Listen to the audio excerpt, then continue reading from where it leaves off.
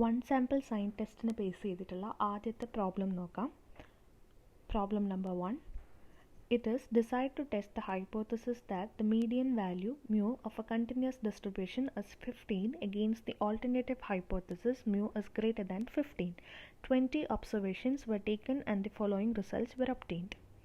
So എന്താണ്, നമുക്ക് median value ഒരു കണ്ടിന്യൂസ് ഡിസ്ട്രിബ്യൂഷൻ്റെ മീഡിയൻ വാല്യൂ 15 ആണെന്നുള്ളതാണ് നമ്മളുടെ null hypothesis. Against the alternative hypothesis mu is greater than 15.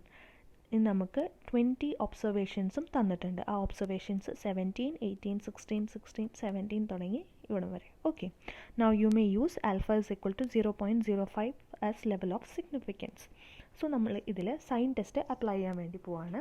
ഇവിടെ നോക്കിക്കഴിഞ്ഞിട്ടുണ്ടെങ്കിൽ നമ്മൾ H0 എന്ന് പറയുന്നത് median value 15 against the alternative hypothesis median value എന്താണ്, ഗ്രേറ്റർ ദാൻ 15 ആണെന്നുള്ളത്. ഓക്കെ, നൗ നമ്മൾ എന്താണ് സൈൻ ടെസ്റ്റിലെ ആദ്യത്തെ സ്റ്റെപ്പ് എന്ന് പറയുന്നത്, ആദ്യം നിങ്ങൾ എന്ത് ചെയ്യുക, നൾ ഹൈപ്പോത്തസിസും ഓൾട്ടർനേറ്റീവ് ഹൈപ്പോത്തസിസും എഴുതുക. ഇവിടെ നൾ ഹൈപ്പോത്തസിസ് വന്നിരിക്കുന്നത് മീഡിയൻ വാല്യൂ 15 ആണെന്നുള്ളതാണ്.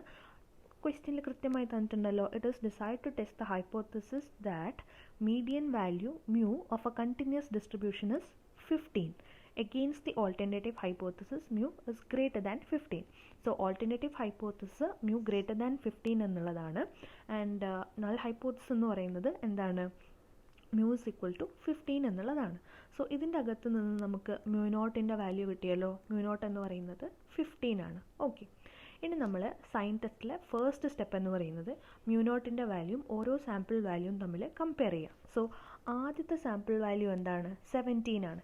ആൻഡ് 17 എന്ന് പറയുന്നത് mu നോട്ട് വാല്യൂ 15നെക്കാട്ടിലും ഗ്രേറ്റർ ആണ്, വലുതാണ്. mu നോട്ടിൻ്റെ വാല്യൂ 15 ആണ്, ഫസ്റ്റത്തെ സാമ്പിൾ വാല്യൂ 17 ആണ്. 17 ഇസ് ഗ്രേറ്റർ ദാൻ 15. സോ ഒരു പ്ലസ് സൈൻ എന്ത് ചെയ്യുക, കൊടുക്കുക. ഇനി അടുത്ത സാമ്പിൾ വാല്യൂ എന്താണ്, 18 ആണ്. നമ്മൾ mu നോട്ട് വാല്യൂ 15 ആണ്, 18 ഇസ് ഗ്രേറ്റർ ദാൻ 15. സോ എന്ത് ചെയ്യുക, പ്ലസ് സൈൻ അറ്റാച്ച് ചെയ്യുക. ഇനി അടുത്ത സാമ്പിൾ വാല്യൂ 16 ആണ്, 16 is greater than 15. So plus value കൊടുക്കുക. അടുത്ത സാമ്പിൾ വാല്യൂ 16 ആണ് and it is greater than the mu naught value 15. So വീണ്ടും പ്ലസ് സൈൻ കൊടുക്കുക. അടുത്ത സാമ്പിൾ വാല്യൂ 17, ഈ 17ഉം എന്താണ്, 17 is greater than the mu naught value 15, plus sign കൊടുക്കുക. അതേപോലെ 19നും എന്താണ്, 19 is greater than the mu naught value 15, plus sign കൊടുക്കുക. ഇനി അടുത്ത സാമ്പിൾ വാല്യൂ എന്താണ്, 14 ആണ്. 14 is less than the mu naught value 15. അപ്പോൾ mu നോട്ട് വാല്യൂവിനെക്കാട്ടിലും ചെറുതാകുമ്പോൾ നെഗറ്റീവ് സൈൻ കൊടുക്കുക. 13 എന്താണ്, mu നോട്ട് വാല്യൂവിനെക്കാട്ടിലും ചെറുതാണ്, നെഗറ്റീവ് സൈൻ കൊടുക്കുക. 19 വലുതാണ്, പ്ലസ് സൈൻ കൊടുക്കുക. 21 വലുതാണ്, പ്ലസ് സൈൻ കൊടുക്കുക. 22 വലുതാണ്, പ്ലസ് സൈൻ കൊടുക്കുക. 11 എന്താണ്, mu നോട്ട് വാല്യൂവിനെക്കാട്ടിലും ചെറുതാണ്, സോ നെഗറ്റീവ് സൈൻ. 9 എന്താണ്, ചെറുതാണ്, നെഗറ്റീവ് സൈൻ. 12 ചെറുതാണ്, നെഗറ്റീവ് സൈൻ. 14 ചെറുതാണ്, നെഗറ്റീവ് സൈൻ. 17 വലുതാണ്, പ്ലസ് സൈൻ. 23 വലുതാണ്, പ്ലസ് സൈൻ. 18 വലുതാണ്, പ്ലസ് സൈൻ. 17 വലുതാണ്, പ്ലസ് സൈൻ. 16 എന്താണ്, it is greater than the mu naught value 15, so plus sign. So sign ടെസ്റ്റിൽ ആദ്യം ഈ പ്ലസ് ആൻഡ് മൈനസ് വാല്യൂ എങ്ങനെയാണ് കൊടുക്കുക എന്ന് മനസ്സിലായല്ലോ. ഓക്കെ, അതാണ് നമ്മൾ ആദ്യത്തെ step. So replacing each value greater than 15 with a plus sign and each value less than 15 with a minus sign we get. So mu naught value എന്താണ്, 15 ആണ്. 15നെക്കാട്ടിലും വലുതായിട്ടുള്ള ഓരോ സാമ്പിൾ വാല്യൂവിനെ പ്ലസ് സൈൻ വെച്ചിട്ടും 15നെക്കാട്ടിലും ചെറുതായിട്ടുള്ള സാമ്പിൾ വാല്യൂവിനെ നെഗറ്റീവ് സൈൻ വെച്ചിട്ടും replace ചെയ്യുക. So നമുക്ക് ഈ ഒരു series of plus and minus value കിട്ടും. ഇനി ഇതിൽ കൗണ്ട് ചെയ്താൽ ആകെ മൊത്തം പ്ലസ് വാല്യൂ എന്ന് പറയുന്നത് 14 ആണ്. സോ നെഗറ്റീവ് വാല്യൂ എത്ര ഉണ്ടാവും, 6 ഉണ്ടാവും. കാരണം നമുക്ക് ആകെ മൊത്തം 20 ഒബ്സർവേഷനിലല്ലേ ഉള്ളത്. ഓക്കെ, സോ ആകെ മൊത്തം നമുക്ക് 14 പ്ലസ് സൈനും 6 നെഗറ്റീവ് സൈനും കിട്ടി. Now the question is whether 14 plus sign observed in 20 trials support the null hypothesis P is equal to 1/2 or the alternative hypothesis P എന്താണ്, ഗ്രേറ്റർ ദാൻ 1/2. സി, നമ്മൾ പറഞ്ഞു സൈൻ ടെസ്റ്റിൽ നമ്മൾ എന്താണ് ഈ ഒരു series of plus and minus സൈനിനെ നമ്മൾ എന്തായിട്ടാണ് ട്രീറ്റ് ചെയ്യുന്നത്, ഒരു റാൻഡം വേരിയബിളിൻ്റെ വാല്യൂസ് ആയിട്ടാണ് ട്രീറ്റ് ചെയ്യുന്നത്. വിത്ത് ഈ റാൻഡം വേരിയബിൾ ഫോളോ ചെയ്യുന്നത് ബൈനോമിയൽ ഡിസ്ട്രിബ്യൂഷനാണ് with P is equal to 1/2. So ഇത് ടെസ്റ്റ് ചെയ്യാൻ വേണ്ടിയിട്ട് നമ്മൾ ബൈനോമിയൽ ഡിസ്ട്രിബ്യൂഷൻ, ബൈനോമിയൽ പ്രോബബിലിറ്റീസ് ആണ് യൂസ് ചെയ്യുന്നത്. ഈ പ്ലസ് ആൻഡ് മൈനസ് സൈൻ എന്ന് പറയുന്നത് values of a random variable having binomial distribution with p is equal to 1/2. C sign test എന്താണ് പെർഫോം ചെയ്യാൻ വേണ്ടിയിട്ട് നമ്മൾ ബൈനോമിയൽ പ്രോബബിലിറ്റീസ് ആണ് യൂസ് ചെയ്യുന്നത്. ഈ series of plus and minus sign എന്ന് പറയുന്നത് റാൻഡം വേരിയബിളിൻ്റെ വാല്യൂസ് ആണ്. റാൻഡം വേരിയബിൾ ബൈനോമിയൽ ഡിസ്ട്രിബ്യൂഷനാണ് ഫോളോ ചെയ്യുന്നത് വിത്ത് p is equal to 1/2. So നമ്മൾ നൾ ഹൈപ്പോത്തസിസ് നമ്മൾ എങ്ങനെ എടുത്തു? H0 P is equal to 1/2 എന്നും ഓൾട്ടർനേറ്റീവ് ഹൈപ്പോത്തസിസ് H1 നമ്മൾ എങ്ങനെ എടുത്തു? ഇവിടെ ഓൾട്ടർനേറ്റീവ് ഹൈപ്പോത്തസിസ് നോക്കുക. ആദ്യം നമ്മൾ എങ്ങനെ എഴുതിയത്? mu greater than 15 എന്നല്ലേ. സോ ഇവിടെ നമ്മൾ ഓൾട്ടർനേറ്റീവ് ഹൈപ്പോത്തസിസ് എഴുതുമ്പോൾ P greater than 1/2 എന്ന് എഴുതുക.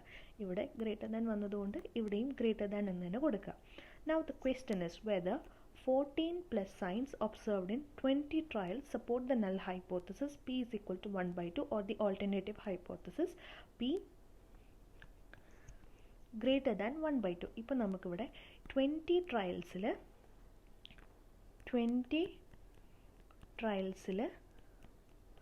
14 പ്ലസ് സൈൻ കിട്ടി ഇല്ലേ?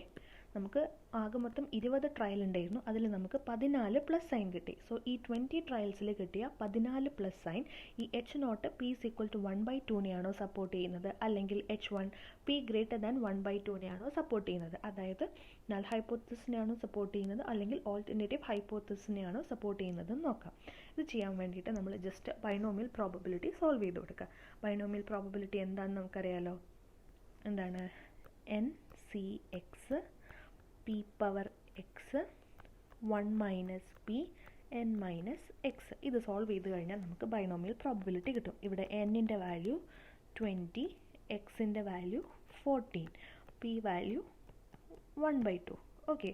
സോ NCX എന്ന് പറയുമ്പം 20 C 14, പി പവർ എക്സ് എന്ന് പറയുമ്പോൾ 1/2 the whole power 14, 1 minus p എന്ന് പറയുമ്പോൾ 1 മൈനസ് 1/2, n മൈനസ് എക്സ് എന്ന് പറയുമ്പോൾ 20 minus 14 that is 6. Okay.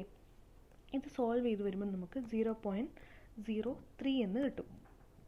Okay, നിങ്ങളൊന്ന് സോൾവ് ചെയ്ത് നോക്കുക. അപ്പോൾ വരും നമുക്ക് 0.03 എന്ന് കിട്ടും. Okay. So we can find that for n is equal to 20, p is equal to 1/2, the probability of 14 or more successes is 0.03 ആണ് കേട്ടോ. 0.03, and since this is less than or equal to alpha is equal to 0.05. So നമുക്ക് compute ചെയ്തപ്പോൾ കിട്ടിയ computed probability എന്ന് പറയുന്നത് 0.03 ആണ്. ഈ computed probability is less than എന്താണ്?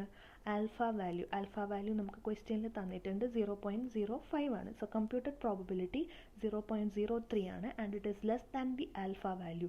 ഈ ഒരു സിറ്റുവേഷൻ ആയതുകൊണ്ട് കമ്പ്യൂട്ടഡ് പ്രോബബിലിറ്റി ആൽഫ വാല്യൂവിനെക്കാട്ടിലും കുറവായതുകൊണ്ട് നമ്മൾ നൾ ഹൈപ്പോത്തസിസ് H0 എന്ത് ചെയ്യുന്നു? റിജക്റ്റ് ചെയ്യുന്നു. V reject the null hypothesis. Okay. So നമ്മൾ കമ്പ്യൂട്ടഡ് പ്രോബബിലിറ്റി ആൽഫ വാല്യൂവിനെക്കാട്ടിലും കുറവായതുകൊണ്ട് നമ്മൾ H0 റിജക്റ്റ് ചെയ്യുന്നു. H0 റിജക്റ്റ് ചെയ്യുക എന്ന് പറയുന്നത് മീഡിയൻ വാല്യൂ 15 ആണ്. H0 എന്തായിരുന്നു? Median value 15 ആണെന്നുള്ളതല്ലേ. സോ അത് നമ്മൾ റിജക്റ്റ് ചെയ്യാണ്.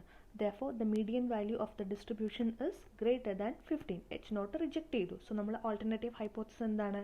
മീഡിയൻ വാല്യൂ ഗ്രേറ്റർ ദാൻ 15 ആണെന്നുള്ളതാണ്. സോ നമ്മൾ മീഡിയൻ വാല്യൂ എന്താണ്? Median value of the distribution is greater than 15. So ഈ പ്രോബ്ലം ചെയ്യുമ്പോൾ നമ്മൾ എന്താണ്? ബൈനോമിയൽ ഡിസ്ട്രിബ്യൂഷനാണ് ഉപയോഗിച്ചിട്ടുള്ളത്. പക്ഷേ ഈ കേസിൽ നമുക്ക് ബൈനോമിയൽ ഡിസ്ട്രിബ്യൂഷൻ്റെ നോർമൽ അപ്രോക്സിമേഷനും ഉപയോഗിക്കാം. കാരണം NPൻ്റെ വാല്യൂവും എന്നിൻ്റെ 1 മൈനസ് പിൻ്റെ വാല്യൂവും ഗ്രേറ്റർ ദാൻ 5 ആണ്. അതുകൊണ്ട് തന്നെ നമുക്ക് നോർമൽ അപ്രോക്സിമേഷൻ ഉപയോഗിക്കാവുന്നതാണ്. ഇത് നമ്മൾ അടുത്ത പ്രോബ്ലത്തിൽ കാണിക്കും. ഈ പ്രോബ്ലം ചെയ്തത് മനസ്സിലായോ? ഓക്കെ.